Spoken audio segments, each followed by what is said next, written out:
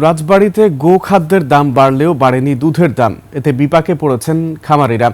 ঈদুল আজহার জন্য প্রস্তুত করা গরু বিক্রি করে লোকসানের আশঙ্কা করছেন অনেকেই। রাজবাড়ী প্রতিনিধি জাহাঙ্গীর হোসেনের তথ্যচিত্রে ডেস্ক রিপোর্ট। সানবিট সব দিবে সামাল। সানবিট ম্যাজিক প্রেস ডিশওয়াশিং এর মাথা ঘোরানো সলিউশন। সামনে কোরবানির ঈদ, এরই মধ্যে দফায় দফায় বেড়েছে গোখাদ্যের দাম।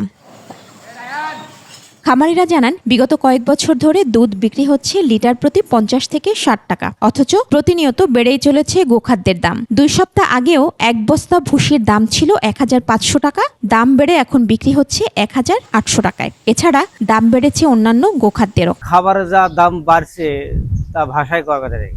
মানে ধরাছোঁয়ার বাইরে আমাকে সাধারণ মানুষ বস্তা প্রতি 200-300 টাকা, অনেক টাকা বাড়ছে।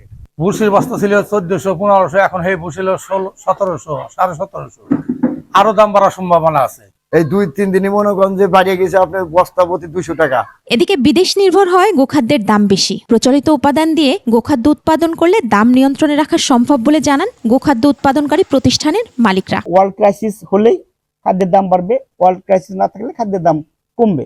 এখানে আমাদের দেশে আসলে কারো পক্ষে খাদ্য উৎপাদনের দাম নির্ধারণ করা বা সিন্ডিকেট করা, আমি ব্যক্তিগতভাবে এটা বিশ্বাস করি না। কোরবানির ঈদকে সামনে রেখে গবাদি পশুর খাদ্যের চাহিদা বেড়েছে, তাই দামও কিছুটা বেড়েছে বলে জানান ফিড মিলসের কর্মকর্তারা। কোরবানির ঈদের 1 থেকে 1.5 মাস সময় আছে। খাবার বেশি খাওয়ানোর কারণে চাহিদা বেড়ে গেছে এবং এই বেড়ে যাওয়ার কারণে আপনার দামটা বৃদ্ধি পাইছে। গোখাদ্যের উপর নির্ভরতা কমিয়ে কাঁচা ঘাস উৎপাদন ও খাওয়ানোর পরামর্শ প্রাণী সম্পদ অধিদপ্তরের। কনসেন্ট্রেট খাবারের দাম বেড়ে গেলে আমরা খামারিদের প্রশিক্ষণের সময় তাদেরকে বিকল্প হিসেবে আমরা বলি যে আপনারা বেশি করে কাঁচা ঘাস খাওয়াবেন এবং পর্যাপ্ত পরিমাণ কাঁচা ঘাস চাষ করবেন। আসন্ন ঈদকে সামনে রেখে গোখাদ্যের দাম নিয়ন্ত্রণে রাখার দাবি খামারিদের।